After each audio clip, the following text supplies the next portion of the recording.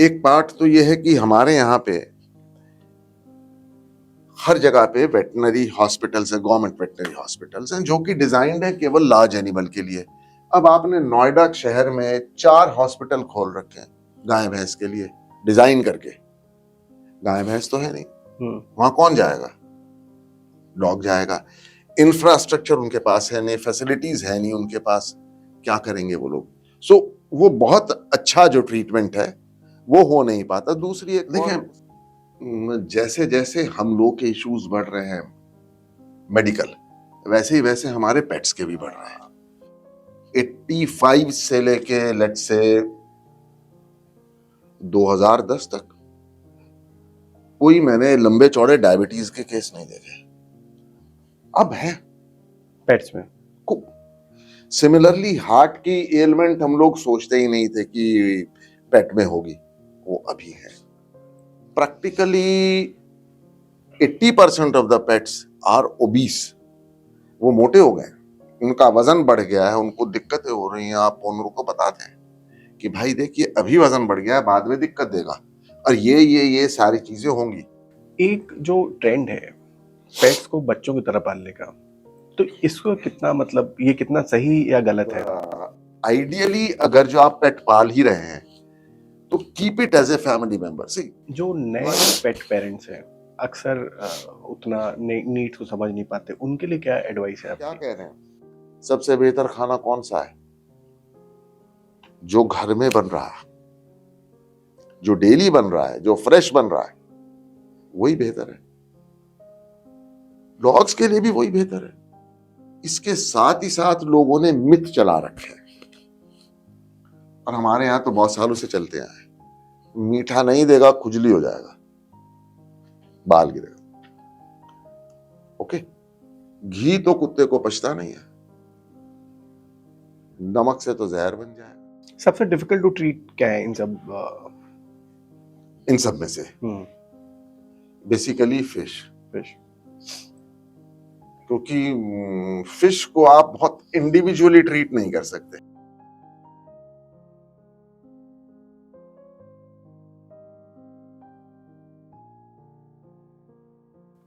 नमस्कार दोस्तों, स्वागत है फिर से एक बार आपका हमारे पॉडकास्ट में।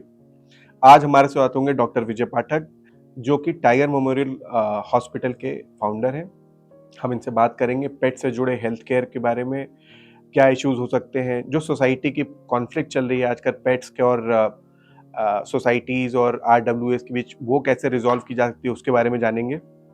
हम ये भी जानने की कोशिश करेंगे कि वेटनरी प्रोफेशन में पिछले कई सालों से कैसे कैसे चेंजेस आए हैं, क्या टेक्नोलॉजी कैसे बेटर हुई है, कौन से इलाज जो पहले नहीं हुए थे अब पॉसिबल हो सकते हैं। पॉडकास्ट में स्वागत है सर आपका। Thank you for having me here. कैसे वेटनरी डॉक्टर की शुरुआत हुई आपकी, कैसे चूज किया ये करियर? एक्चुअली इस प्रोफेशन में आने के पीछे भी एक छोटी मोटी स्टोरी है, कहानी है। जरूर। एंड जब 12वीं मैंने कर लिया तो मेरे पास 2 शौक थे, गाड़ी का और एक एनिमल्स का।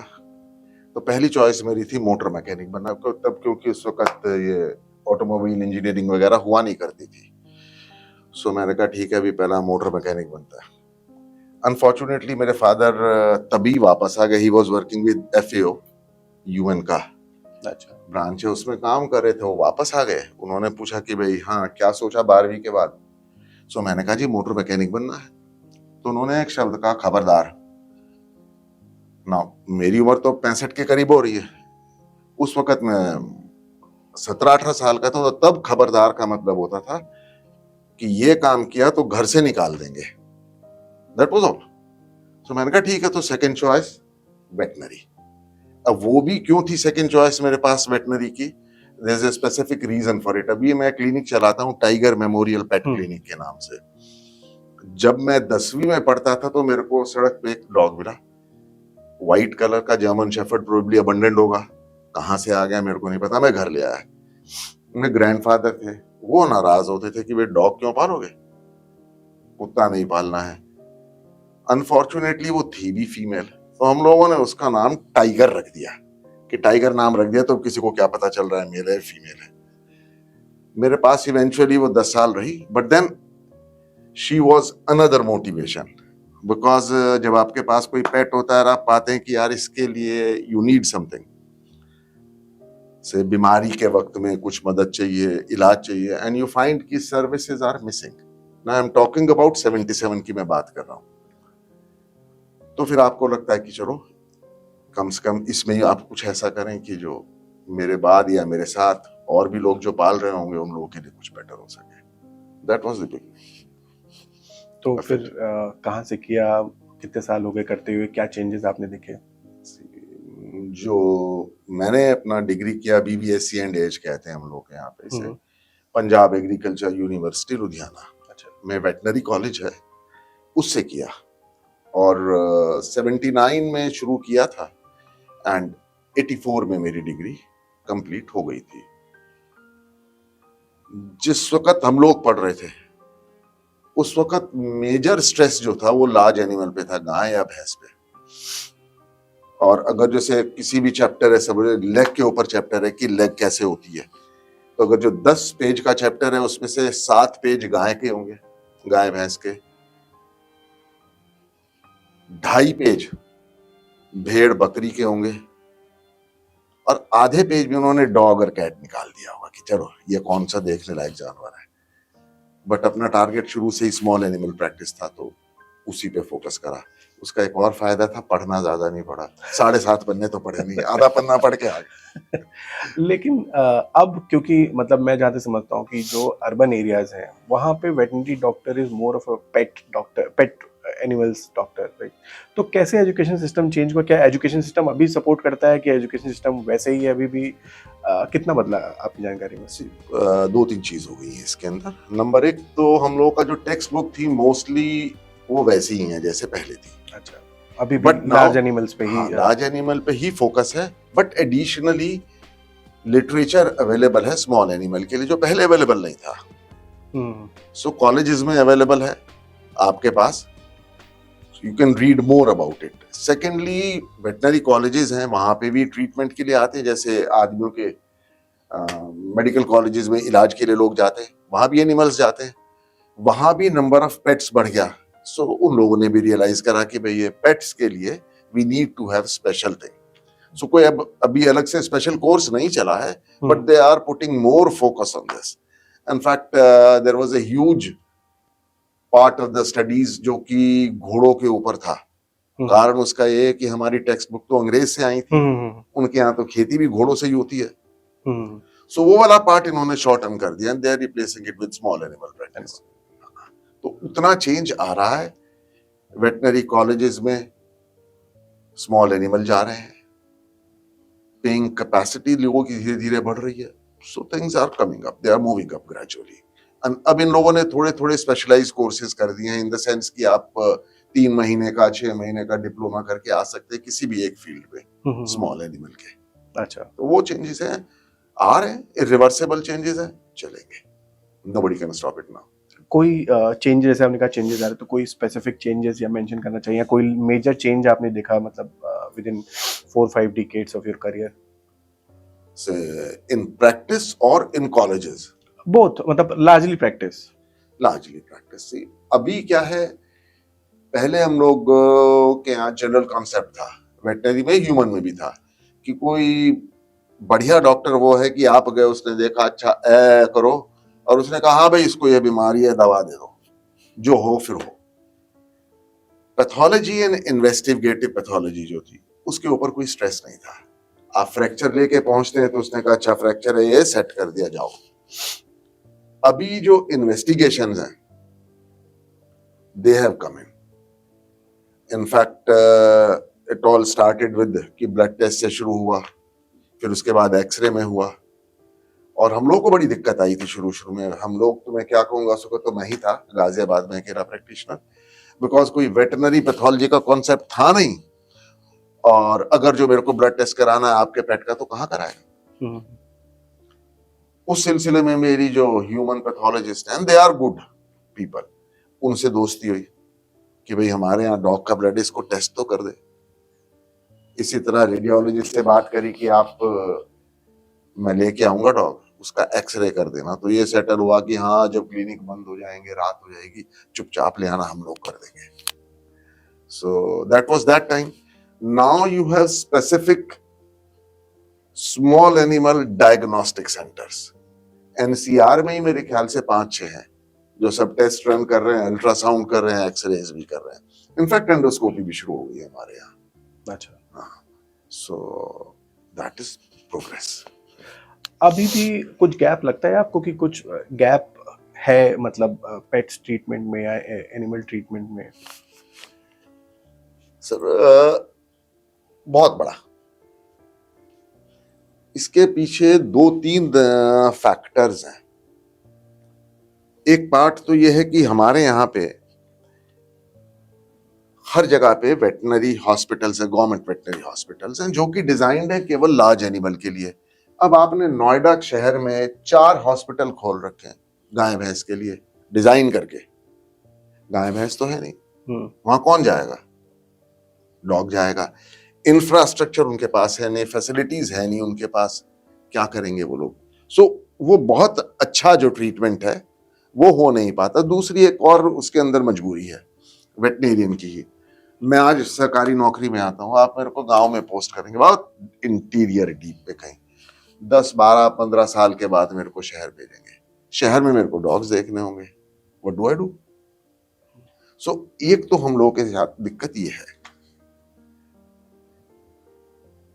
कि वेटनेरियंस अभी से हम लोग जिसे कहते हैं ह्यूमंस में कि स्पेशलाइजेशन हो गई कि ये ऑर्थोपेडिक्स वाला है, ये फलाने वाला है।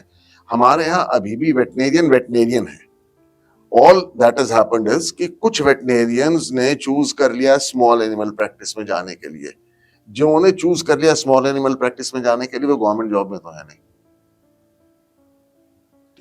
सो उनके पास बैकअप नहीं है, they have to run their own practice. जब आप अपनी प्रैक्टिस रन कर रहे हैं, until and unless there is a fair turnover, आप क्वालिटी में थोड़ा सा कॉम्प्रोमाइज करके चलते हैं। उसके अलावा दूसरा और रीजन है, लेट्स टेक की सिजेरियन सेक्शन। अभी कोई सिजेरियन सेक्शन होता है तो आप किसी गायनेकोलॉजिस्ट के पास जाएंगे, आप मन में गए कि 1 लाख रुपया हो गया मेरा। अब हम लोग के यहाँ भी वो होता है, अभी वो 1 लाख रुपया है और एक बच्चा पैदा हो रहा है।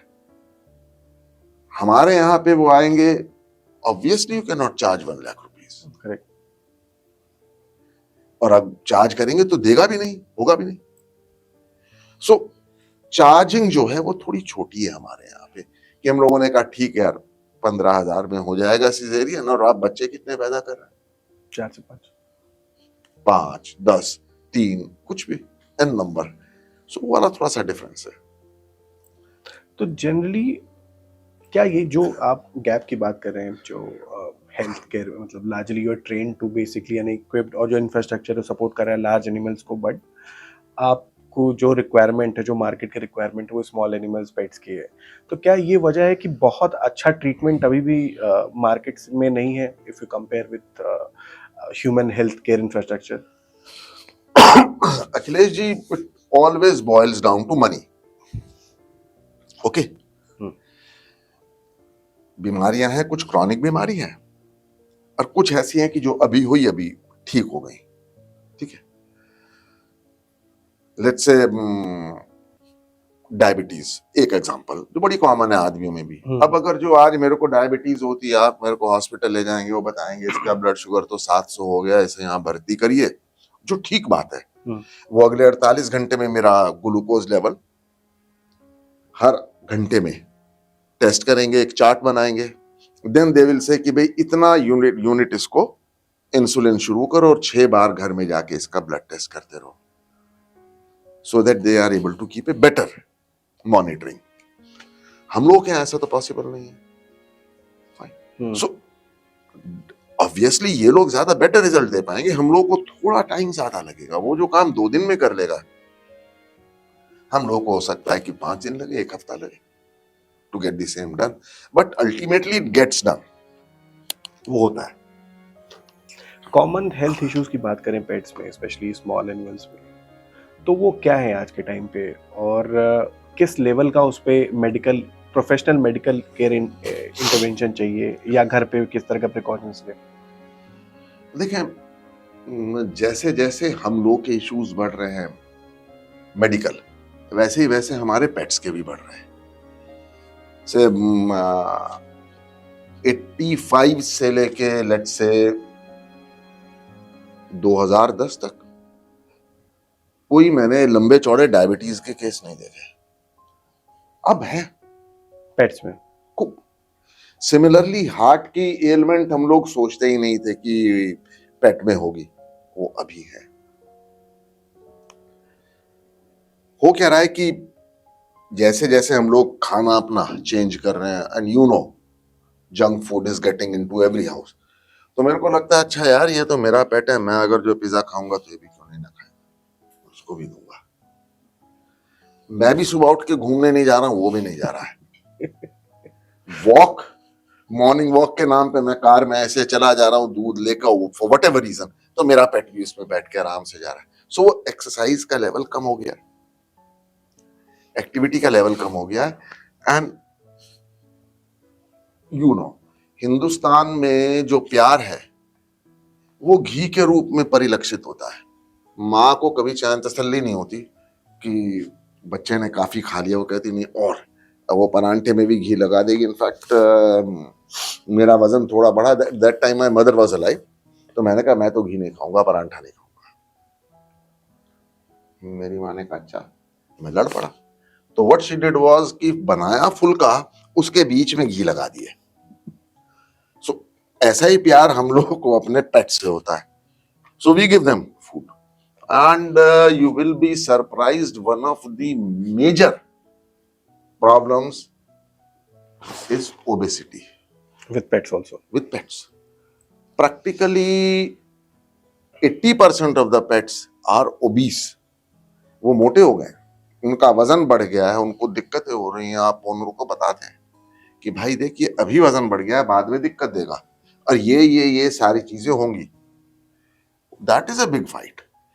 उसके अलावा तो देखिए नॉर्मल रूटीन प्रॉब्लम्स हैं, भाग दौड़ करेंगे, कभी चोट भी लगेगी, कुछ स्किन का प्रॉब्लम भी होगा। पेट है, इंक्विजिटिव है, तो कुछ ना कुछ उठा के खाएगा। अभी आप कितनी भी केयर कर लीजिएगा, हाँ जी। वो जमीन पे से कुछ ना कुछ उठा के खा लेगा। तो gastroenteritis is one of the major problems in this area. NCR, loose motion vomits, because of the weather and the allergens, हवा में जो है स्किन के इश्यूज भी हम लोग के यहाँ पे फेयर अमाउंट में है। बट ये सारी वो चीजें जो कि रेगुलर में शुरू से चलती आई हैं, ट्रीटेबल हैं, थोड़ा बहुत प्रिकॉशन ले लेते हैं, कुछ देर इलाज हो गया तो ये बीमारियां हैं, बीमारियों के इलाज हैं। And there are things known as condition, जिसका कोई इलाज नहीं है, जिसकी मैनेजमेंट है। Like diabetes, no treatment, it's only management. Obesity, heart. So ये जो कंडीशंस हैं ये हमारी पेट्स में बढ़ती चली जा रही हैं। डिजीज तो कोई नई नहीं आती है, सब वही पुरानी है, वही तरीका है, वो चलता जा रहा है। But the conditions which are generally untreatable but which have to be managed only. और उसकी मैनेजमेंट में सबसे बड़ा जरूरी है कि मैं आपको समझा पाऊं कि अखिलेश भाई, आपको घुटनों में दर्द होगा 55 साल की उम्र में। ये जो आपका लड़का है पेट, इसको घुटनों में दर्द शुरू हो जाएगा 7 साल की उम्र में, क्योंकि जब ये 7 साल का होगा it will be as good as a 50-year-old human. So इसका वजन मत बढ़ने दो, अभी मत बढ़ने दो। और अखिलेश भाई सुनते नहीं। That's it. एक जो ट्रेंड है पेट्स को बच्चों की तरह पालने का, तो इसको कितना मतलब ये कितना सही या गलत है? मैं प्यार अफेक्शन की बात नहीं कर रहा, वो डेफिनेटली प्यार अफेक्शन अपनी जगह है, बट एक जो ट्रेंड है कि उसको मतलब फिल्ट शायद। अगर जो पालेंगे तो ढंग से पालिए, वरना क्यों पालते हैं? नहीं, ढंग से पालना और एक होता है कि इंसान के बच्चों की तरह ट्रीट करना। हु डिसाइड्स कि क्या ढंग है? लाइक मेरे ग्रैंडफादर थे, उनके हिसाब से वो ढंग ठीक था कि भाई डॉग है, घर के अंदर नहीं आना चाहिए, बाहर रहना चाहिए, बांध दो चेन से एक जगह, उसको थोड़ा सा दूध रोटी दे दो, बस हो गया, और क्या चाहिए। नाउ अब अगर जो मैंने पेट पाला है, उसका मतलब समझिएगा आप। हम लोग कह तो लेते हैं कि हम लोग पेट पालते हैं, बट रियलाइज वन थिंग, आपने एक जीवित चीज को लिया, उससे कहा कि तुमको तुम्हारे माँ बाप भाई बहन किसी से मिलने नहीं दिया जाएगा, अलग होइए। अब तुमको रोना है तो हमें बताइए, हंसना है तो हमें बताइए, भूख लगेगी हमें बताइए, खेलना है तो हमें बताइए, क्योंकि वो अपने जैसों से तो मिल नहीं रहा है। तो उसकी जिम्मेदारी कौन लेगा? अब जब भी हम लोग किसी पेट को लेते हैं तो उसे पालने के साथ साथ हम जिम्मेदारी लेते हैं कि we'll ensure that he has a good quality of life. ठीक है, जो कि जिसके पैरामीटर, जिसकी परिभाषा, जिसकी definition over a period time बदलती रहती है। क्या है कि जब से आई वाज इन स्कूल और कॉलेज, तो ये हुआ कि चलो यार पार्टी है। उस पार्टी का मतलब क्या था? समोसा खा लिया, चाय पी ली। आपने कहा आज तो बहुत बड़ा एडवेंचर करेंगे। जब माँ बाप सो गए, आपने चुपचाप रसोई में हलवा हलवा बना लिया, कुछ बिस्कुट चुरा लिए, स्टोव ऊपर ले गए, छत पे चाय बनाई, पी ली, न्यू सेट किड्स पार्टी। वो इंजॉयमेंट थी और वही स्टैंडर्ड था। आज अगर जो एक 18-19 साल का लड़का कहता है पार्टी चलो, उसका क्या मतलब? चेंज हो गया। नॉट टू से कि वो गलत है, ये गलत है, ऐसा होता है, it's changing. So quality of life and quality of enjoyment and things you enjoy with, वो तो बदल रहा है। तो मेरे पेट के लिए क्यों नहीं बदलेगा? अरे मेरे को कार में जाके मजा आ रहा है ना, सुबह ऐसा शीशा खोल के, तो उसको भी आ रहा है ना। मेरे को पिज्जा अच्छा लग रहा है, मैं खा रहा हूं, तो उसका भी दिल करेगा ना, मैं उसे दूंगा ना। सो आइडियली अगर जो आप पेट पाल ही रहे हैं तो keep it as a family member. See, you are keeping a pet, you want it to behave like a family member. आप चाहते हैं उसको बहुत सारा अक्ल हो जाए, कब बोलना है, कब नहीं बोलना है, किधर सूसू करना है, किसको काटना है, किसको नहीं काटना है, वो सब उसको आ जाने का। फाइन, फैमिली मेंबर की तरह। तो you will B keeping it like a family member, it will behave like a family member. अभी आप कहते हैं मैं कुत्ता की तरह रखूंगा, तो रहेगा ना कुत्ता, फिर उससे शिकायत क्यों करेंगे? So keep it like that. एक जो सॉरी जी, जो नए पेट पेरेंट्स हैं, अक्सर उतना नीड्स को समझ नहीं पाते, उनके लिए क्या एडवाइस है आपकी? It's a very simple thing. आप अपने यहाँ पेट लाते हैं, कोई रॉकेट साइंस नहीं है इसके अंदर। नंबर एक, आप ले आए, मान के चलें कि जो जो आपकी नीड रिक्वायरमेंट है वो उसकी है। हम देखें बहुत बार मेरे पास लोग आते हैं कि यार ये तो 3 महीने का हो गया है, घर में सूसू कर देता है। तो उनको समझाना पड़ता है कि जो तुम्हारा बेटा आया है, या तुम हो अगर जो अपने पेरेंट्स के साथ आओगे, तुम चाहे 50 साल के हो गए हो, उनसे पूछोगे उन्होंने कितना टाइम लगाया था आपको ये सिखाने में कि do not P in your pants, अपनी पतलून में सूसू मत करो। 4 साल लगाए थे, 2 साल लगाए थे। और आप कौन है? Human being. और ह्यूमन बीइंग कौन है? द सो कॉल्ड दुनिया का सबसे इंटेलिजेंट बड़े दिमाग वाला जानवर। उसको जब 2 साल लगते हैं तो भाई इसको 3-4 महीने लग गए तो क्या हुआ? These are the things they need to know कि ठीक है, उसको कंफर्टेबल रहना रहेगा, आपको थोड़ा बहुत सिखाना पड़ेगा, वो सिखाइए। Do not go overboard. Problem कहां आती है कि जब लोग partly this Google baba is to be blamed and partly of course commerce is to be blamed. आपने एक पेट लिया, अब आपको उसके ऊपर बहुत सारा प्यार आ गया। आपने कहा मैं प्यार में क्या करूंगा, मैं बाजार जाऊंगा, जो इसके लिए वो मिलेंगे, स्नैक्स, ट्रीट्स, ये सब ले आऊंगा। उसे नहीं चाहिए आप कुछ भी ले आएंगे अपने पेट के लिए, उसे खेलना आपके जूते या चप्पल से ही है। सो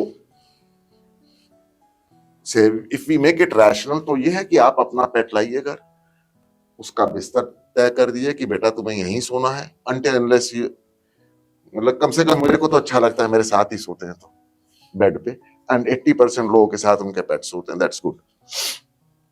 खाना दीजिए, जैसे हम लोग को 3 वक्त खाना होता है, 2-4 वक्त घूमना होता है, वो घूमेगा, एंड दैट्स इट। इसके अलावा और कुछ नहीं चाहिए। गलत काम करता है धमका दीजिएगा, अच्छा काम करता है प्यार कर दे। ऐसे ही हम अपने बच्चे बड़े करते हैं, ऐसे ही ये होते हैं, नो डिफरेंस एट ऑल। जहां पे हम लोग दिमाग लगा के कि भाई कुछ तो टेक्निकलिटी होनी चाहिए लाएंगे, वहां पे थिंग्स गो हेवायर। ये जो मार्केट की बात कर रहे हैं, मार्केट में बहुत सारे प्रोडक्ट्स आते हैं, मतलब which is more expensive than any human product. या जैसे अगर डॉग फूड भी आता है तो कहीं उसको मतलब कुछ कुछ तो ऐसे हैं जो घी से भी ज़्यादा महंगे हैं। तो उनका क्या फ़ायदे होते हैं, क्या नुकसान है, लेना चाहिए नहीं लेना चाहिए? ये कमीज हम लोग अपनी खरीदने जाते हैं, वैसली आप भी अपनी पैंट लेने जाते हैं, तो हम लोग की इतनी लंबी पैंट होती है, ऐसी बड़ी कमीज होती है, 1000-2000 के अंदर अंदर आ जाती है। अभी अपने बेटे का या बेटी का फ्रॉक लेने जाएंगे जो इतना होगा, वो भी वो 2,500-3 हजार रुपए से कम नहीं होगा, ठीक है, क्योंकि उसे पता है कि ये बच्चे के लिए लेने आया तो इतना ले जाएगा, ये निक्कर इतना 1,500-2 हजार का, जितने में पतलून मिलती है पूरी, क्योंकि बच्चे के लिए, अपने लिए छोड़ देगा कि हम नहीं ले रहे हैं। Similarly same feeling is there for pets also. उन्हें पता है अगर जैसे कहेंगे ये पेट के लिए बिस्किट है, तो खरीद लेगा। बट जितने भी ये फूड हैं, एक्सपेंसिव फूड्स हैं, ये हैं वो हैं, ये लेने से पहले, इस्तेमाल करने से पहले 4-5 चीजें ध्यान में रखनी है हमेशा। वटेवर वी में टॉक अबाउट कि पेट्स हैं, बहुत प्यारे हैं, बहुत अच्छे हैं, integral part of life and ABCD, दुनिया की जो सबसे बेस्ट चीजें अवेलेबल हैं वो हमारे लिए है। सबसे बेस्ट कपड़ा, सबसे बेस्ट खाना, सबसे best bedding, everything is available for humans first. उसके बाद जो लेफ्ट ओवर है वो डॉग्स में जाएगा। और मुझे बताएं, कोई आज तक सुपर फूड बना है ह्यूमंस का कि भाई ये पैकेट आ गया है, आप ये जाइए खा लीजिएगा, आपको दाल चावल रोटी सब्जी खाने की जरूरत नहीं। आप 21वीं-22वीं शताब्दी में चल रहे हैं और वो क्या कह रहे हैं, सबसे बेहतर खाना कौन सा है? जो घर में बन रहा है, जो डेली बन रहा है, जो फ्रेश बन रहा है, वही बेहतर है। डॉग्स के लिए भी वही बेहतर है। जो घर में खाना बन रहा है उससे बेहतर कुछ नहीं है। केवल एक थोड़ा सा डिफरेंस है कि ये लोग कैनाइन्स हैं। जब हम लोग कैनाइन की बात करते हैं तो वो वाला क्लास ऑफ एनिमल है जिसे कि एनिमल प्रोटीन डेली बेसिस पे थोड़ा सा चाहिए होता है, जो आप एग के थ्रू दे सकते हैं, पनीर से दे सकते हैं, you can give it through meat if you are eating meat, और अल्टीमेटली और कुछ नहीं है तो थोड़ा बहुत डॉग फूड देंगे, उससे काम चल जाएगा। Otherwise it does not carry any value. इसके साथ ही साथ लोगों ने मिथ चला रखे हैं, और हमारे यहाँ तो बहुत सालों से चलते आए, मीठा नहीं देगा खुजली हो जाएगा, बाल गिरेगा। ओके, घी तो कुत्ते को पचता नहीं है, नमक से तो जहर बन जाएगा। 3 कॉमन चीजें हैं। अब you will be happy to know कि जो डॉग फूड बिकता है 250 रुपए से लेके 2000 रुपए किलो तक का, उसमें 20% फैट होता है। फैट को हिंदी में क्या बोलते हैं? घी। तो अभी वो 2000 रुपए का किलो का आपको डॉग फूड बेचेगा कंपनी का आदमी, ओके, 20% उसमें घी रहेगा, वो घी तो पच जाएगा मेरे पेट को। जो देसी घी पतंजलि का या जिसका भी मैं लेके इस्तेमाल कर रहा हूं वो नहीं पचेगा। क्यों भाई? What the hell? सो ये मार्केटिंग का है। सेम चीनी, मीठा,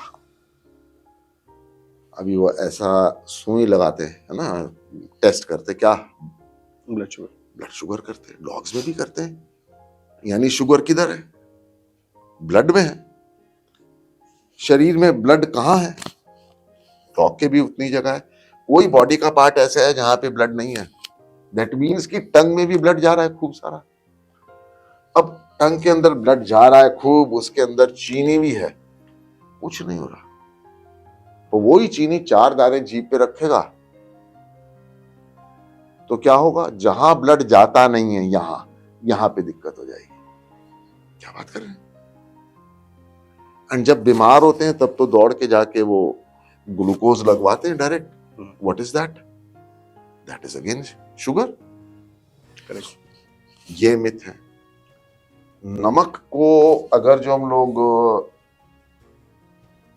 केमिस्ट्री में NaCl कहते हैं, सोडियम क्लोराइड, हर डॉग फूड की जो कंपोजिशन है, go deeply into it, you will find कि it will contain some NaCl, वो नमक है। पर अगर जो मैं अपनी दाल जिसमें नमक पड़ा हुआ है कुत्ते को दूंगा तो उसको नहीं ना पचेगा, वो रपच जाएगा। So there is a huge commercial angle to it. But हमारा इशू अलग होता है इसमें, जो हम लोग समझाने की लोगों को कोशिश करते हैं कि देखिए हिंदुस्तान में रह रहे हैं आप, हमारे यहाँ पे एवरेजली हर घर में दिन में 2 नहीं तो 3 वक्त तो फ्रेश खाना बनता है ना। अब आप अगर जो जाके अमेरिका में रह रहे हैं, यूरोप में रह रहे हैं, आप नहीं बना रहे हैं 2 वक्त खाना, 3 वक्त खाना, आप बाजार से अपने लिए टिन्ड फूड ला रहे हैं, पैक्ड फूड ला रहे हैं, खा रहे हैं, तो अपने डॉग के लिए भी ला रहे हैं ना, पेट के लिए। यहां तो मेरे घर में बन रहा है खाना, रोज बन रहा है, मैं वो क्यों नहीं दे दूंगा? मेरे को पैक्ड फूड क्यों चाहिए? पैक्ड फूड की केवल एक ही वैल्यू है हम लोगों के पास, एनिमल प्रोटीन के सप्लीमेंट के तौर पे। अगर जो हम लोग उसे इस्तेमाल करें तो करें, अदरवाइज जो घर में खाना बना है सब दें। जो आपने 3 मिथ्स की बात की, और कोई पॉपुलर मिथ्स हैं जो फिर से प्रेवलेंट है बहुत। हाँ, बहुत ही प्रेवलेंट है। उसके अंदर जो एक हाइजीन का गाना गाया जाता है कि हाइजीन डॉग्स आर अनहाइजीनिक, उसके लिए हम लोग गूगल बाबा का सहारा ले लेते हैं, जिसे क्रिटिसाइज भी करते रहते हैं कभी कभी कि क्या गूगल में है। अगर जो आप ढूंढने की कोशिश करेंगे 10 डर्टीएस्ट और the most unhygienic things in your life, तो आप पाएंगे कि उसमें क्या क्या है। आपका सेल फोन, आपके रिमोट, आपके हैंडल, इनफैक्ट जो आपका टूथब्रश है उसमें वही बैक्टीरिया है जो आपके टॉयलेट सीट में है। फाइन। जब हम लोग इन चीजों के साथ कंपेयर करते हैं, you find that dogs do not create any hygienic issue for you. Normal बात है कि कुछ भी खाना वाना खाएगा तो हाथ तो धोएंगे ना, वही करना होता है हम लोग को, उसके अलावा और कुछ नहीं करना होता। And there will be an number of studies where you will find कि जिन घर में पेट पल रहे हैं उस घर में एलर्जी की कंडीशंस कम होती हैं ओवरऑल। बच्चे मेंटल टेंशन, फ्रस्ट्रेशन या जिसे आजकल डिप्रेशन कहते हैं, और ओनर्स भी, बड़े भी कम जाते हैं। Children grow up to be more responsible and social. So, n number of benefits of keeping pets, and it can be anything. You can keep a rabbit, you can keep a cat, guinea pig, tortoise, fish, whatever. ये सारे benefits आपको pets पालने पे मिलने ही मिलने हैं और होते ही। So that's it. बहुत सारी फॉरेन ब्रीड्स भी आ गई हैं इंडिया में, जैसे हस्कीज हैं। वेदर उतना उनके लिए प्रॉब्ली, क्योंकि वो बहुत ही ठंडे वेदर से आते हैं, तो वो पालना सही होता है क्या? ब्रीड्स मतलब इसमें कोई कैटेगरी है कि इसको पालें ना पालें? बहुत सारे इंटरनेट पे मिलते हैं सिद्धांत। कोशिश तो हम लोगों को बेसिकली ये करनी चाहिए कि जो डॉग्स हमारे यहाँ पे, जो ब्रीड्स हमारे यहाँ पे कई सालों से हैं, उन्हें पालें। उनमें बीमारियां कम मिलेंगी and it's good for them also. कभी हस्की आप पालना चाहते हैं, आप पाल लीजिएगा, an number of huskies will be there. But natural है कि उनको थोड़ी जो गर्मी लगती है वो तो लगती है, उसका आप कुछ खास बदल नहीं सकते। So that is there. Breeds बहुत सारी हैं, but it is always better not to import new breeds जो हम लोग के यहाँ उन्हें रखें। एंड एक बात मैं आपको बता देता हूँ, वो आजकल एनिमल एक्टिविस्ट और ये सब हल्ला काटे रहते हैं, जगह जगह आता रहता है कि अरे अडॉप्ट इंडी डॉग, अरे अडॉप्ट इंडी डॉग। रोक कर रहे हैं, उनकी चिंता भी कर रहे हैं, पर ये हुआ क्यों है? ये फीलिंग आई कहां से है? ये तब फीलिंग आई है जब लोगों ने ब्रीड वाले पेट्स रखे। मेरे को नहीं दिखता सड़क पे कोई डॉग इंजर्ड है या नहीं इंजर्ड है, या दुखी है या उसको खाना चाहिए, but the moment I keep a pet, अब मेरे को लगता है यार ये देख बीमार भी है, ये रो भी रहा है, इसको भूख भी लग रही है, तब मैं कहूंगा अच्छा अपने घर के सामने वालों को भी दूं यार, इनका भी इलाज कराऊं। जो एनिमल वेलफेयरिज्म चलती है, जो चल रही है, which is a good thing, वो शुरू ही इस वजह से हुई क्योंकि लोगों ने शौक से अपने पेट्स पाले, तभी वो फीलिंग उनको आई कि बाकियों के लिए भी यही सब चाहिए अगर जो मेरे वाले को चाहिए। तो ये जो लोग कहते हैं कि नहीं जी सिर्फ इंडियन ब्रीड रखो, दूसरी ब्रीड्स मत रखो, वो अपने पैरों में कुल्हाड़ी मार रहे हैं यार। जिसे जो ब्रीड पसंद है रखो, एनकरेज देम कि keep the indigenous breed, okay fine, बढ़िया, but don't make a virtue out of it कि मैंने जर्मन शेफर्ड पाल लिया तो मैं तो पापी हो गया, and you are keeping indie breed, तो ये तो वर्च्यू है। कोई अतरंगी तरह के पेट्स देखे आपने? मतलब अतरंगी मतलब बहुत ही डिफरेंट, जो you don't see in day to day life में। एक यहां भी मैं आपको बोलता हूं, जितने भी पेट्स आप देखते हैं, this is saying for Chinese की ना, कि सब चाइनीज एक ही जैसे होते हैं, कैसे पहचानिएगा? तो जब तक you are not into it, आपने नहीं पाला है, आपको लगा सब जर्मन शेफर्ड एक जैसे, सब स्पिट्स एक जैसे, सब ये एक जैसे, सब वो एक जैसे है, ऐसा नहीं है। Every dog, but every dog has a different personality, उसकी अपनी अलग पर्सनैलिटी है, उसका अपना अलग बिहेवियर है, उसका अपना अलग काम करने का तरीका है, जैसे हर आदमियों का है। हम लोग ये नहीं कह सकते कि साउथ इंडियन है, नॉर्थ इंडियन है, या फलाने है ऐसी होगी, नहीं ना, एवरीबडी इज डिफरेंट, ये भी डिफरेंट है। एंड जैसे पहला किड होता है, पहला बच्चा होता है, तब तो माँ बाप बड़े खुश होते हैं, उसकी कहानियां सुनाते हैं। जो लोग पेट्स पाले हुए हैं उनके साथ बैठिए कभी, 80% of the talk would be कि उनके पेट ने ऐसा क्या किया जो कोई और नहीं कर रहा है।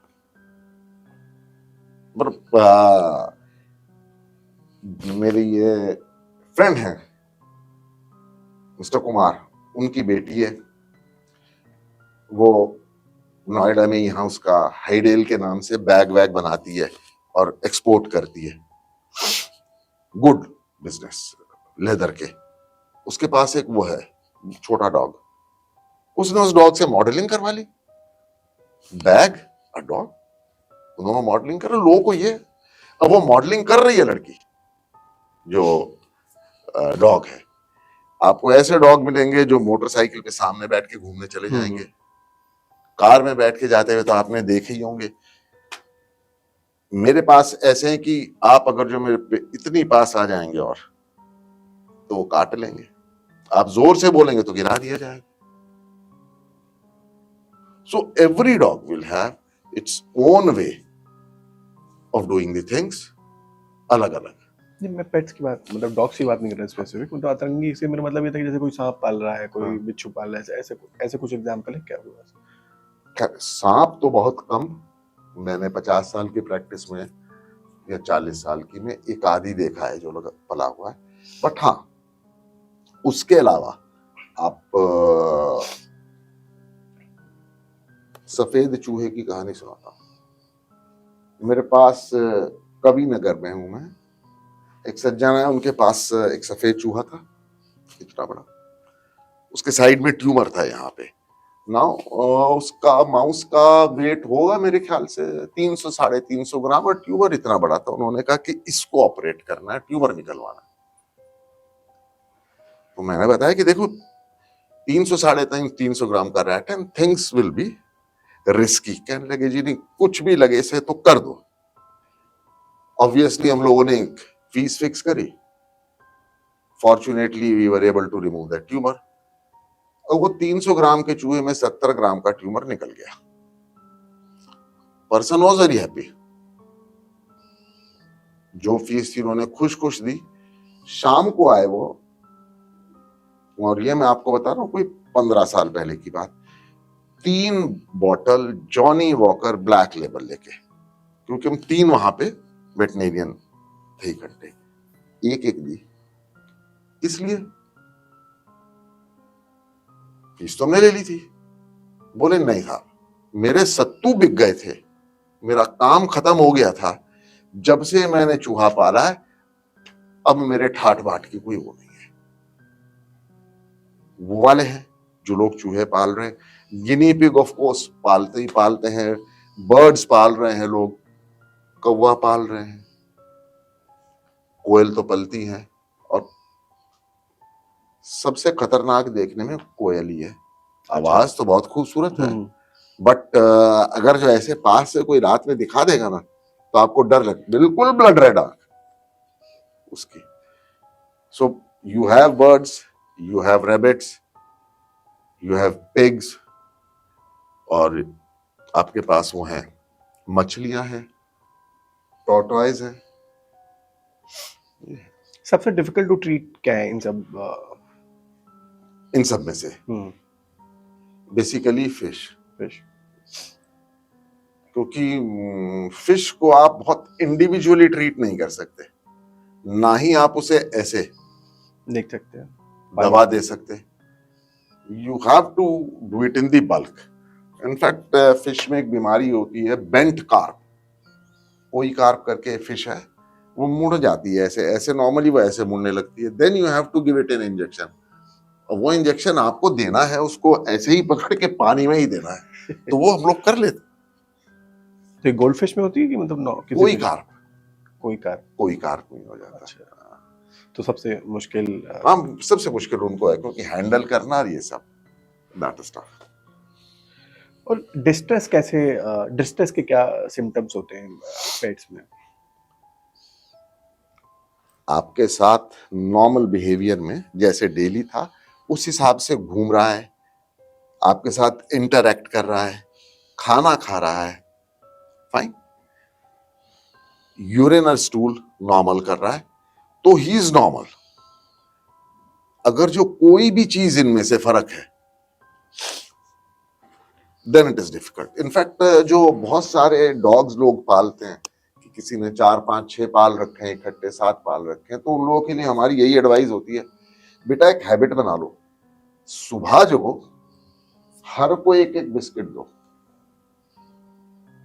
जैसे वो बिस्किट पकड़ेगा, जिस खुशी के साथ कूद के, you will get to know your dog is healthy. Number 1। Number 2, जहां ये बैकयार्ड में जहां भी आपने रखे हुए, वहां जाओ सुबह, अपनी बेटी वहीं पियो, देखो कैसी पॉटियां पड़ी हैं, ऑल दी मोशन जो पॉटी कर रखे हैं वो सब ठीक है, हर किसी ने खुश होकर बिस्किट खा लिया है, उसी हिसाब से आए हैं, they are good.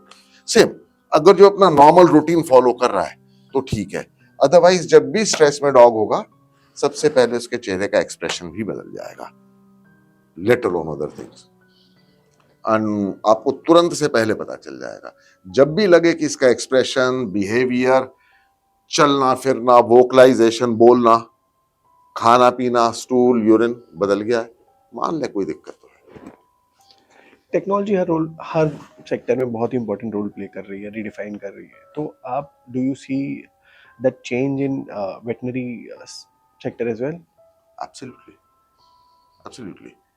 See, when I started out the practice, हम लोगों के पास, हम जो रिपार्टरी कहते हैं, जो नंबर ऑफ मेडिकेशंस अवेलेबल थी 12 15 16, हम लोगों के पास जो इंस्ट्रूमेंटेशन अवेलेबल था बड़ा लिमिटेड था। अब टेक्नोलॉजी के साथ n number of medication for different things, n number of instrumentation. हम लोग आप इस चीज को समझिएगा कि पहले आपके पास इमरजेंसी में कोई डॉग आया तो आपको भी ये था कि यार इसे ऑक्सीजन दे कैसे। आदमी वाला मास्क तो ऐसे होता है, डॉग के तो नहीं लगने वाला है। या आप कहते हैं कि हम लोग इसका SpO2 करना चाहते हैं, देखेंगे कैसे, आपके तो उंगली है, उनके तो नहीं है। Now last several years they have come out with special mask for dog कि आप ऑक्सीजन दीजिएगा। उनके लिए अलग मॉनिटर्स आ गए कि आप उनका heart rate and everything, and of course as I told you कि जो डायग्नोस्टिक प्रोसीजर्स है वो आ गए हैं। सर्जिकल प्रोसीजर हमारे पास जो कि थे इमेजिनेशन में या टेक्स्ट बुक में, बट उनके लिए इंस्ट्रूमेंटेशन नहीं था। किसी भी सर्जरी के लिए एक इंस्ट्रूमेंटेशन चाहिए होता है, वो सब हम लोग के लिए अवेलेबल हो गया है। तो it's easy, better, safer, more effective. That is what the technology has done. And second thing what it has done is that जब तक आपको पता ही नहीं है कि नाखून टूट जाएगा तो इस नाखून को ऐसा गोंद से चिपकाया जा सकता है, तब तक आप कुछ करेंगे नहीं ना। आपका नाखून टूट जाए क्योंकि वो नॉर्मल है अभी तक। वो एबनॉर्मल कब होगा? जब आपको पता चलेगा कि विजय पाठक का नाखून टूटा था, वो गए थे, उन्होंने गोंद से चिपकवा लिया था, नाखून बढ़िया हो गया। Just an example. सिमिलरली बहुत सारी बीमारियां हैं, बहुत सारी तकलीफ है, बहुत सारी कंडीशंस हैं डॉग्स में, लाइक इन ह्यूमंस। अब जब पता है सोशल मीडिया की वजह से, ये भी टेक्नोलॉजी है कि डॉग आया, एक्सीडेंट हुआ, उसका जॉ टूट गया 3-4 हिस्सों में, अब वो हमारे पास आता है, हम लोग उसके जॉ को रिपेयर करते हैं और 6 हफ्ते में वो पाते हैं कि डॉग का जॉ नॉर्मल हो गया है। We encourage people to put it on the social media, जिससे कि जिस और किसी आदमी के पेट का जॉ टूट जाए वो समझ ले कि ये हो सकता है, इतना बुरा दिखने पे भी ये हो सकता है। तो वो भी एक टेक्नोलॉजी ही है, डायरेक्टली और इनडायरेक्टली, कि people are getting the information and knowledge कि ये ऐसा हो सकता है, अब कहाँ होगा। फिर वो नेचुरली आप डिमांड करेंगे। गाजियाबाद में या नोएडा में ही अगर जो हम लोग कहें, पहले ह्यूमंस के लिए CT स्कैन नहीं था, दिल्ली दौड़ते थे, जा रहे थे, करवा कर आ रहे थे। अब है ना हर जगह, because people got to know कि भाई हो सकता है। तो नोएडा में भी है, गाजियाबाद में भी है, हापुड़ में है, मोदी नगर में। जो आपने बात की कि जैसे पेट्स कुछ ये फ्रैक्चर हो जाता है, जॉ फ्रैक्चर हो जाता है, तो ऐसी क्या चीजें जो पहले नहीं हो सकती थी अब हो रही हैं या पॉसिबल है अब? सबसे पहले तो जितनी भी हमारी थॉरेक्स यानी लंग से रिलेटेड सर्जरीज हैं अंदर, वो पहले हम लोग नहीं कर पा रहे थे, अब कर पा रहे हैं पेट्स के लिए। ठीक है। रीजन कि हम लोगों के पास कांस्टेंट ब्रीदिंग जिससे रहे उसके लिए इक्विपमेंट जैसे ह्यूमंस में होता है वो है अब डिजाइंड फॉर डॉग्स। वो वाला नहीं करना पड़ता कि ह्यूमन वाला लो और किसी तरह उसे जेरी रिग करके इस्तेमाल कर लो। So we are able to do that, we are able to conduct longer surgeries. Longer period मतलब? हाँ, कोई सर्जरी है जिसमें लंबा टाइम लगता है तो आप कई बार उसे 2 शिफ्टों में करते थे कि कर दो इतनी लात की ये स्किन आज बना दो, बाकी बाद में बनाएंगे, क्योंकि एनेस्थीसिया इंजेक्टेबल ही थे। अब हमारे पास गैस एनेस्थीसिया है, वो है, वायरिंग हम लोग करते हैं। मतलब प्रैक्टिकली जो भी चीज सर्जरी ह्यूमन में होती है आप मान लीजिए कि वो it's possible in dogs also and it is being done. क्या प्रोनाउंस करते हैं? इथुनेसिया, इंथुसिया, क्या यूथनेसिया। यूथनेसिया। ये इथुनेसिया जब डिस्कस करते हैं किसी पेट पेरेंट से, किस स्टेज में करना चाहिए नहीं करना चाहिए, और जब डिस्कस करते हैं तो फिर क्या इमोशन, बहुत I think emotionally it would be very difficult.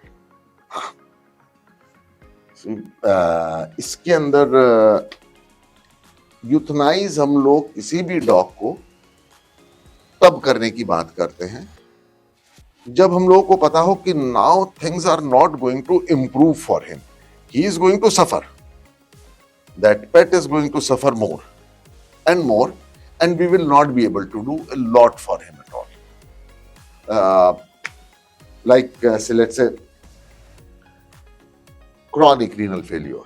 अभी क्या है, वो डॉग का यूरिया क्रिएटिनिन बढ़ गया और वो बढ़ रहा है. किडनीज का एक बार renal failure, chronic renal failure हो गया तो रिकवरी नहीं होता है. एक्सीडेंट हुआ, स्पाइनल फ्रैक्चर हो गया, स्पाइन टूट गया, और हम लोगों को मालूम है कि स्पाइन जुड़ने वाला नहीं है. ठीक है. सो जब ऐसी सी कंडीशन आ जाती है तब आपको ओनर को समझाना पड़ता है कि देख, यहां तो आप ले आओगे, हम लोग फीस लेंगे, दवा लिख देंगे, बट जिम्मेदारी हमारी वो नहीं है, ना मेरी ना ओनर की. हम लोगों की जिम्मेदारी क्वालिटी ऑफ लाइफ मेंटेन करने की है. क्वांटिटी ऑफ लाइफ किसी के भी हाथ में नहीं है. क्वालिटी ऑफ लाइफ कैसी जी रहा है वो हम लोग के हाथ में है. और जब हम लोग कहते हैं कि ठीक है, I am keeping this pet and I take the responsibility for well being of the pet, यानी कि उसको दुख नहीं होने दूंगा, उसको तकलीफ नहीं होने दूंगा. ठीक है.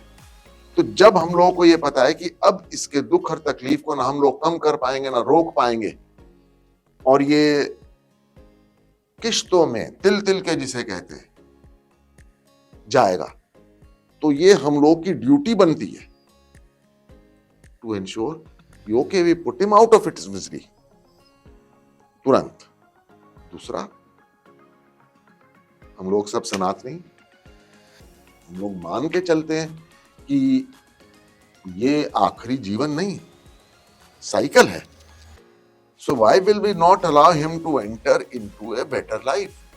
And always remember one part of it. Dogs will always go to heaven. And there's a reason for that.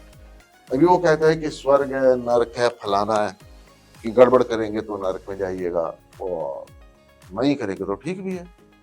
अभी कोई भी डॉग मैलिस के साथ जानबूझ के, मैं तो कर सकता हूं कि भैया अगले जा रहे हैं उधर, अच्छा इनका पर्स गिर गया, दबा लो.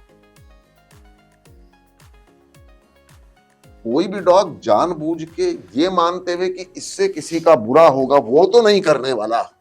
कर्मा उसका हमेशा सही है. वो तो सही है, तो कहां जाएगा, बेहतरी जिंदगी में जाएगा. आखिरी जो दिक्कत आती है वो कहते हैं कि ये तो पाप है साहब, हम तो नहीं करें. कैसे कर ले पाप?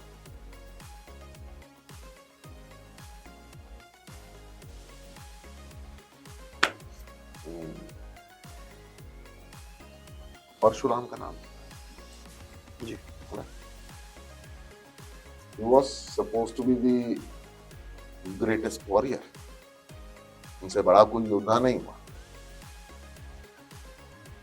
परशुराम जी का कहना था कि अगर जो आप राजा हैं, आपने अपनी प्रजा की खुशहाली की जिम्मेदारी ली है, उस खुशहाली को मेंटेन करने के लिए अगर जो आपको पाप करना पड़ता है तो करिए, उसकी माफी है.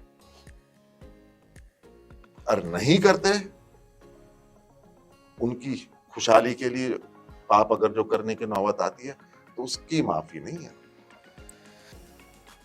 तो अगर जो आपको दुख हो रहा है, आपको थोड़ा बहुत पाप लग रहा है तो लगने देना. लग क्यों रहा है? उसके लिए ना जिम्मेदारी क्यों लिए थे? And people agree. आजकल बहुत सारी सोसाइटीज़ में, स्पेशली अर्बन एरिया में, कॉन्फ्लिक्ट है पेट्स का, एनिमल्स का, ह्यूमंस में. तो उसके एक गलती किसकी कही जा सकती है? कोई खास ऐसी गलती भी किसी की नहीं है.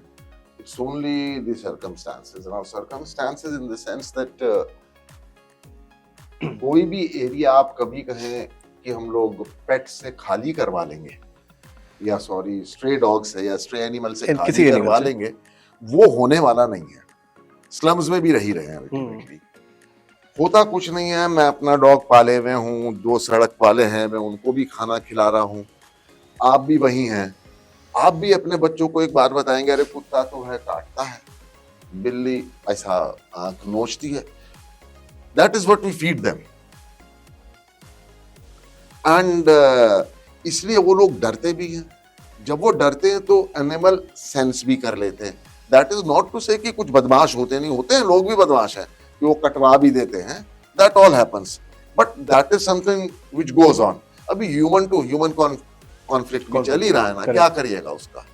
It has to be resolved over a period time. Only thing is कि ये पेट्स वाले मसले में 3 ग्रुप बन गए हैं और तीनों इकट्ठे काम करने की बजाय लड़ रहे हैं। एक तो वो जो नॉर्मली जिसे हम लोग कहते हैं RWA group, resident welfare association वाले टाइप्स वाले लोग, कि नहीं तो ये तो होगा नहीं, ऐसे नहीं होगा, वैसे नहीं होगा, यहाँ नहीं होगा, वहां नहीं होगा। दे आर टोटली अपोज कि होने ही नहीं है। देन देयर आर दोज जिन्होंने पाले हैं, and there are those who are activists, animal activist, animal welfare people. तो तीनों मिलकर काम करेंगे तभी कुछ ना होने का है। वो तीनों लड़ रहे हैं, सॉल्यूशन कहां से आएगा? They should get together and decide on the modalities. And remember कि भाई इन पेट पले हुए हैं, इसकी वजह से आपको बहुत सारे बेनिफिट्स हैं। स्ट्रे डॉग्स हैं, उनकी वजह से बहुत सारे बेनिफिट्स हैं। They are to be regulated, not abhorred. What is your opinion about effectively regulating this conflict? आपके हिसाब से क्या होना चाहिए? बहुत सिंपल है। Number 1 ABC। ऑब्वियसली सी ये कोई ऐसी प्रॉब्लम नहीं जो सिर्फ हमारे यहाँ हिंदुस्तान में ही कोई है, दुनिया में और कहीं नहीं है, सब जगह हुई है। And people have gone into it and they have solved it. So one part is ABC, animal birth control. जितने भी डॉग्स ऑन द रोड हैं सबको स्टरलाइज करने का टारगेट होना चाहिए। गवर्नमेंट कर भी रही है at a huge level. Second is vaccination, all of them should be vaccinated. Third, education to people कि ये तुम्हारे दुश्मन नहीं है। अब मुझे एक बात बताइएगा, एक सोसाइटी में 6 डॉग्स हैं या 10 डॉग हैं, आफत कट रही है, आप गांव गए कभी? कितने डॉग होते हैं थोक के भाव से? गांव में से कितनी खबर आती है कि इतने सारे कुत्तों ने इतने सारे लोग काट लिया? आई हो नहीं रहा है क्या? नहीं हो रहा, क्योंकि they are living comfortably. Dogs अपना रह रहे हैं, आदमी अपना रह रहे हैं। हर जगह गांवों में भी झुंड है ना डॉग्स के, वो एक दूसरे के ऊपर इंपीड नहीं कर रहे हैं, एक दूसरे की जगह नहीं खोज रहे हैं, तो कोई दिक्कत नहीं होगी यहाँ पर। सो एजुकेट यही करना है कि इनसे कुछ हो नहीं रहा है, इनके साथ मिलके चलो एंड देन गेट इट। कोई मेमोरेबल मोमेंट आपके करियर का जिसने आपको रिडिफाइन किया प्रॉब्ली? हाँ बिल्कुल बढ़िया। सबसे पहला तो मेरी शादी हुई। कैरियर से ही। अच्छा। हाँ, अभी व्हाट हैपेंड वाज कि शुरू में कैरियर के मैं थोड़ी बहुत गाय भैंस भी देख लिया करता था। सो एक गाय को देखने गया, भैंस को, उनको पैर वैर बांध लेते हैं फॉर वट एवर रीजन, वो पैर खुल गए, वो भैंस लुढ़क गई, मेरे ऊपर आके गिरी, नीचे कीचड़ थी, मैं नीचे कीचड़ में था, भैंस में गया। खैर लोगों ने हटाई वटाई, फिर हम घर आ गए। घर आए तो कीचड़ लगी हुई थी। पूछा भाई क्या हुआ, मैंने बताया ये हुआ। सो मेरी सिस्टर अगले दिन अपने कॉलेज गई होंगी और उन्होंने बताया कि ऐसे ऐसे मेरे भाई के साथ हो गया। उनकी 2-3 जो क्लास फेलो थी वो आई देखने के लिए कि भाई ऐसा कैसा भाई है तेरा जिसको डेंटिंग पेंटिंग की जरूरत नहीं पड़ी। तो जो 2-3 सहेलियां उनकी आई थी, उन्हीं में मेरी बाद में जो वाइफ बनी वो थी। सो वो अभी भी लास्टिंग इम्पैक्ट जिंदगी पे उससे बड़ा नहीं हो सकता। खैर जोक्स अपार्ट, कुछ चीजें होती हैं which have helped you in getting to one thing. I'll simply cite one example. हम लोग के पास एक जर्मन शेफर्ड कोई छोड़ के चला गया, छोटा बच्चा था, वो सिक, 3-4-5 दिन इलाज किया, वो बेहोश पड़ा था, पड़ा ही रहा, खड़ा नहीं हुआ। 10-12 दिन में उसके बॉडी में स्वेलिंग आ गई और हम लोग ड्रिप लगाने लायक भी नहीं रहे। नाउ वी वर वेटिंग कि मरी जाए। 3 दिन तक नहीं मरा। चौथे दिन ये हुआ कि भाई अभी ये ना मर रहा है ना जी रहा है, इलाज कर नहीं पा रहे हैं, तो इसको लेट अस शूट। और ये है जबकि उसे बीमार हुए 16-17 दिन हो गए थे। और बीमारी क्या थी, वो बेहोशी में पड़ा हुआ था। So we arranged a gun, और ये वाकई अब इसके गोले मारते हैं। आई नोटिस्ड कि उसकी एक आई ब्लो ऐसे आंख फ्लिकर करी। मैं कहा रुक जाओ।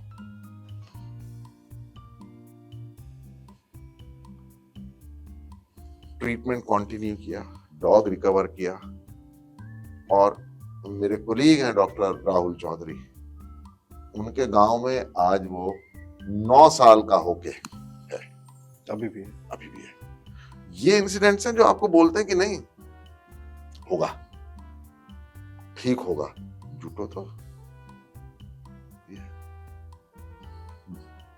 देयर आर फ्यू इंसिडेंट्स ऐसे होते हैं जो कि आपको लगता है कि हाँ there is a disease, red mange कहते हैं, डेमोडेक्टिक मेंज कहते हैं डॉग्स में। और अब दोबारा मैं 20-25 साल पहले पहुंचता हूँ। It is suppose to be one of the worst diseases skin की, जिसका कि इलाज हो नहीं पाता। हमारे पास कोई एक ग्रेट डेन छोड़ गया, मेरे को 7-8 साल ही हुए थे प्रैक्टिस शुरू किए, और वो पता चला कि ब्लैक मेंज है, उसे डेमोडेक्टिक मेंज है, स्किन खराब हो जाती है, स्मेल आने लगती है। ग्रेट डेन वो 9 महीने के करीब की थी। ये जो छोड़ जाने के अबेंडन है, बेसिकली आप क्या अबेंडन कर देते लोग जाके, छोड़ देने का मतलब हाँ, गेट पे बांध गया, दौड़ गया, या आपने कहा कि ये बैठाया जी कि मैं 1 मिनट गाड़ी लॉक करके आया, चला के चले गए। ऐसे कितने इंसिडेंट्स होते हैं? हमेशा ही होते रहते हैं। मतलब महीने में, साल में कितने? मतलब if you are very very careful कि आप सीसीटीवी भी लगा दिए हैं और कोशिश कर रहे हैं कि जो बाहर तक दौड़ के गया है लड़का उसके साथ चला जाए, तो may be once in 20 days somebody left a great Dane मेरे घर पे छोड़ के दौड़ गए। उसको डेमोडेक्टिक मेंज, ब्लैक मेंज जिसे कहते हैं, वो थी, बैड कंडीशन, सारे बॉडी में से स्मेल आ रहा है, सोर बने हुए हैं, 8-10 महीने की वो थी। तो हम लोगों ने बहुत कोशिश करी उसे ठीक करने के लिए, जो भी दवाइयाँ थी वो करी। फिर कुछ दवाइयाँ ऐसी थी जो हिंदुस्तान में नहीं होती थी, मैं 25 साल पहले की बात बता रहा हूँ। तो मेरे फादर, पहले मैंने बताया था कि he was working with UN, तो उनसे कहा, उन्होंने कुछ दवाइयाँ ला के दी, शी डिड नॉट रिकवर, वो बीमार चलती रही। फिर एक लड़ाई रहती है एलोपैथी, होम्योपैथी, आयुर्वेद की। ये वेटनरी में भी है, वेट सब सेक्शन में? जगह, सब जगह है। सो मेरे फ्रेंड थे अशोक त्यागी जी, उन्होंने कहा नीम का तेल लगाते हैं, आयुर्वेद में बहुत भारी है। वो नीम का तेल बनवा के लाया, उन्होंने नीम का तेल लगाना शुरू करा। एक डॉक्टर रघुराज सिंह है, he is a excellent homeopath, मेरे ख्याल से बहुत दूर दूर तक, कई 100 किलोमीटर के एरिया में नहीं है। डॉक्टर साहब ने कहा कि होम्योपैथी भी ट्राई कर लो। वो कह रहे थे मेरे को बहुत दिनों से कि ये ट्राई कर ले, वो देते थे दवा में ऐसे साइड में, होम्योपैथी क्या करती है। अब जब अपने सारे घोड़े खत्म हो गए तो we used homeopathy and Ayurveda.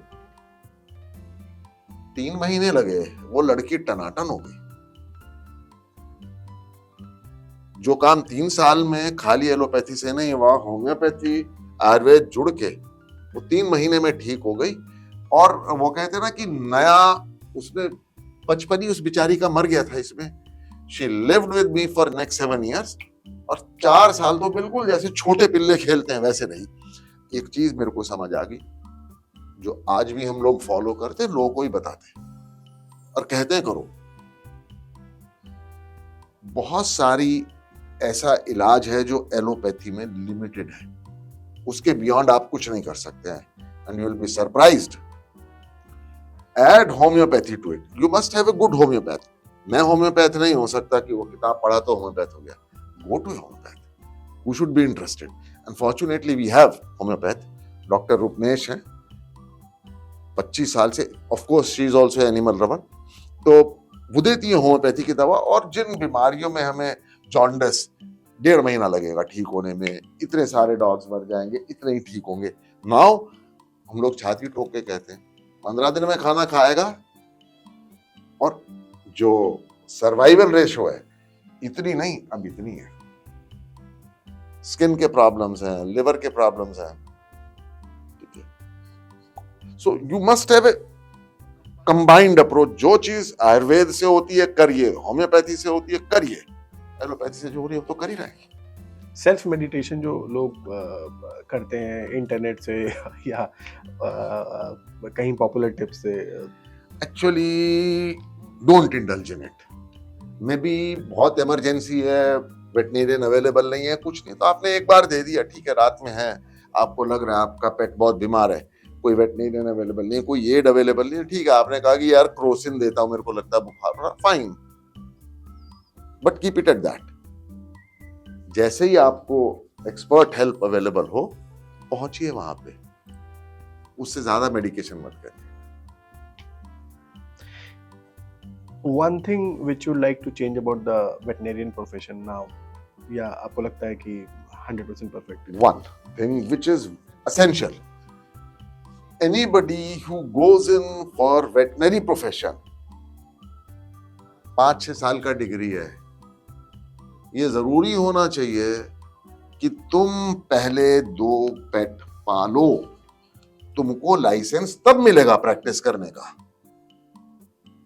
Degree कर लो, कुछ भी कर लो, बट अगर जो तुम 2 पेट नहीं पालोगे, because that is the only way you can realise कितने जरूरी है, उनकी क्या रिक्वायरमेंट है, कितना दुख क्या होता है। अभी क्या है कि आप पेट पालिएगा, सी वन ऑफ द रीजंस मैं ये इस प्रैक्टिस में आया, मैं आज चलाता हूं टाइगर मेमोरियल पेट क्लिनिक, वो जो मैंने बताया था कि मैंने एक टाइगर रखी थी, बट जब मेरे को लगा कि यार इसको तो ये सब दिक्कत है, इसको क्यों नहीं है अवेलेबल, तो आज मैं उन चीजों को अवेलेबल करता हूं, उससे ज्यादा करता हूं। वो होगा कब? जब मेरे को तकलीफ होगी। वो है कहावत कि जिसके पाँव ना फटे भी भाई, वो क्या जाने पीड़ पर आई। जरूरी होना चाहिए हर वेटनेरियन को कि बेटा 2 पेट पाल, चूहे ही पाल ले ढंग से। तो टेक्निकल सर्विसेज सब दे रहे हैं ना, they will be able to connect emotionally with their parents, with their patients and the pet patient. आपको क्या तकलीफ हो रही है वो मुझे पता है, क्योंकि मेरे पेट को वही दिक्कत हुई थी, मैं उस तकलीफ में से गुजरा हूं, तो मेरे को मालूम है व्हाट यू वांट। आप किस इमोशंस में से जा रहे हैं, आप कितनी जल्दी मेरे से लड़ेंगे, कितना मैं आपको भला पूरा कह लूंगा, पर आप मेरी सुन लेंगे, क्योंकि आपको उम्मीद रहेगी मेरा वाला ठीक कर देगा। वो तभी आएगा ना जब रखेंगे, जब आपने रखा ही नहीं है। वो चीज अगर जो लोग करेंगे, every weight will keep a pet before starting practice. Thank you sir, और बड़ा अच्छा लगा आपसे बात करके, स्पेशली पेट्स के इश्यू समझने में काफ़ी उम्मीद करता हूँ हेल्प होगी सारे पेट पेरेंट्स को, और इन वेटनरीज वेट जो डॉक्टर्स हैं वो भी काफ़ी कुछ उनको भी सीखने को मिलेगा इस कन्वर्सेशन से। Thank you sir. Thank you Akhilesh. Okay.